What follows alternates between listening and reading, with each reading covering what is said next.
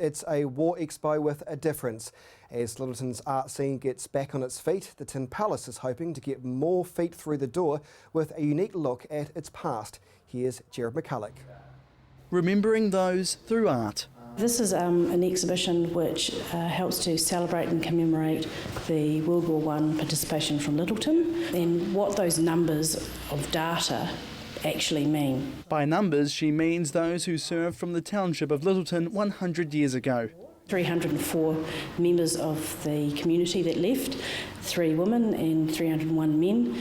And so each one of these items actually reflects those numbers. The exhibition at the Tin Palace showcases the impact of the First World War on the community and follows a story of the cultural view of fighting back in the 1900s.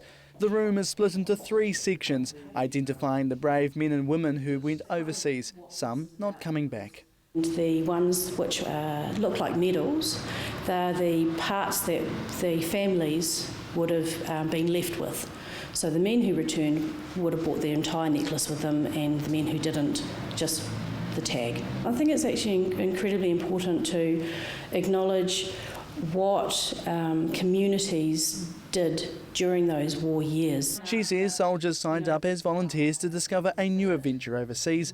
The name of the collection is War Story, with emphasis on the word toy in story.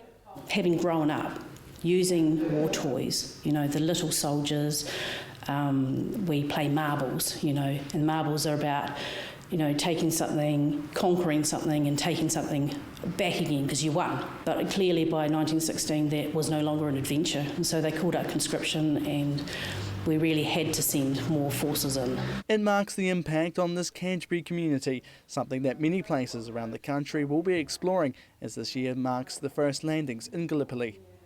I think it's really important to not just remember those who died, but also just all the members who took part in it, because they rebuilt, or they came home and they built new communities with different thinking, different thought processes and different tolerances. It's taken her since the start of the year to construct her masterpiece, but she didn't do it alone.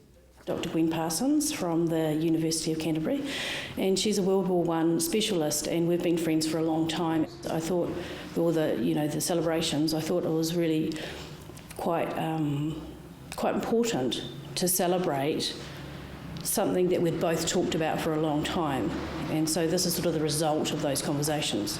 There's only 2 weeks left to view the display, but a lifetime to remember those who fought for New Zealand. Jared McCulloch, CTV News.